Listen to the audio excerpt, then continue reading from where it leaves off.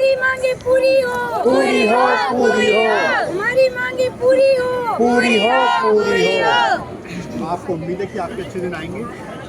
हाँ जी, हाँ, आ रहे हैं, बुरे दिन आ गए सर। उम्मीद तो है, लेकिन यदि सरकार अपने वादों से पलट जाती है तो इसका हम कुछ नहीं कर सकते। लेकिन फिर भी जब तक हमारे हित में हमारा प्रयास सफल होता हुआ नहीं नजर आएगा, जब तक चाहे तब तक हम धरना प्रदर्शन करते रहेंगे। हम हार नहीं मान सकते हैं, क्योंकि यदि हम हार मान गए तो वहीं हमारी कमजोरी को साबित किया जाएगा कि हम लोग कमज़ोर पड़ गए। लेकिन हम लोग इतनी आसानी से कमज़ोर नहीं पड़ना चाहते, हम कमज़ोर हैं भी नहीं।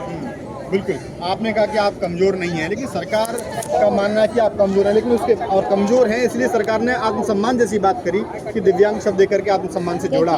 लेकिन सर, मेरा कहना ये है, यदि हम लोग कमज़ोर होते तो हम लोग दूर दराज से आकर यहाँ अपने हित के लिए लड़ते ही नहीं। मेरा कहना ये है कि सरकार कमज़ोर मानती है, स्पेशल मानती है, तो स्पेशल जैसा न्याय क्यों नहीं कर पा रही अगर मानती है वो? हाँ, यही तो हम सभी का कहना तो यही है। उन्होंने जिस प्रकार से हमें संबोधित किया दिव्यांग कहकर, उस प्रकार से हमें न्याय भी देना चाहिए।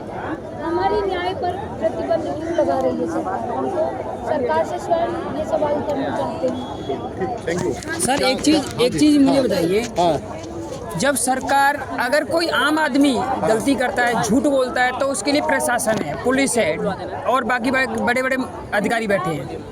सरकार ही अगर झूठ बोलने लग जाए तो आप बताइए, आपने अभी जैसा एक प्रश्न किया था मैम से कि अच्छे दिन, जब सरकार के बड़े बड़े अधिकारी अगर झूठ बोलने लग जाएं, आज कहते हैं कि हमने ये जो अधिनियम लागू किया है स्क्राइबर गाइडलाइंस को लेके, उसको हमने 31 दिसंबर तक निरस्त कर दिया है, यानी कि 31 दिसंबर तक ये लागू नहीं होगा। दूसरे ही दिन, 24 घंटे नहीं बीते, दूसरे ही दिन दूसरी गाइडलाइंस, उनका नोटिफिकेशन जारी होता है कि यही 1 अगस्त 2025 में जो उन्होंने स्क्राइबर गाइडलाइन जारी की है उसे पूर्ण रूप से लागू किया जाता है हर एक एग्ज़ाम बॉडी के लिए।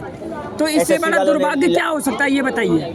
हम कैसे मान लें कि एक तरफ तो हमारे देश के प्रधानमंत्री हमें दिव्यांग का नाम दे रहे हैं, दूसरी तरफ उनके ही संरक्षण में बैठे हुए बड़े बड़े अधिकारी, मंत्री खुद ऐसे कानून लागू करते जो हम लोगों को दबाने का ही नहीं, हम लोगों को एक दीनहीन, यानी कि हमारे ऊपर वो क्या जताना चाहते हैं कि हम उनसे मांगने आए कुछ नहीं सर, हम उनसे मांगने नहीं आए, हम उनसे अपना अधिकार छीन लेंगे और लेने का अधिकार रखते हैं जो हम छीनने आए हैं, उनको देना ही होगा।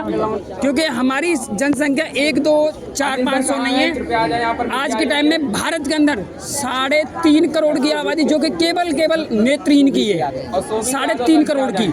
अगर पूरे डिसेबिलिटी को जोड़ा जाएगा तो 21 करोड़ से ऊपर की आबादी है, जिसमें लोकोमोटो डिसेबल, हैंडीकैप्ड और कानों से गूंगे बहरे सभी आ जाते हैं। तो भारत सरकार को ये चीज़ समझ लेनी चाहिए, 21 करोड़ की विकलांगता कोई कम नहीं है भारत में।